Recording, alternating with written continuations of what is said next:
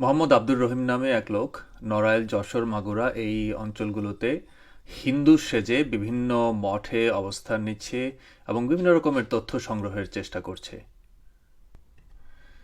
এই যে এটা হচ্ছে তার আসল চেহারা। হ্যাঁ, এখন দেখেন আপনারা যে এটা হচ্ছে সে এখন এরকম সাজ নিয়ে আছে। এখন এই লোক হচ্ছে বিভিন্ন হিন্দু ধারণা করা হচ্ছে যে সে হচ্ছে কোনো জঙ্গি দের দ্বারা প্রশিক্ষণপ্রাপ্ত বা কোনো জঙ্গি সংগঠনের সাথে জড়িত। এখন সে আবার হচ্ছে ভজন কীর্তন এগুলো খুব জানে।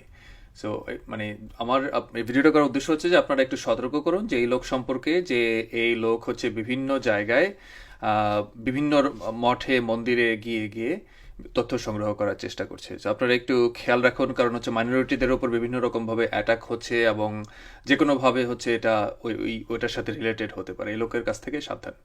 একটা বিশ্বস্ত সূত্র থেকে খবর পেলাম যে এরকম শুধুমাত্র একটা ঘটনাই না, এরকম আসলে অনেকগুলো ঘটনা ঘটছে।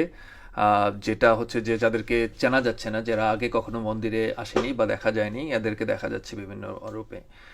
সো এদের কাছ থেকে সাবধান।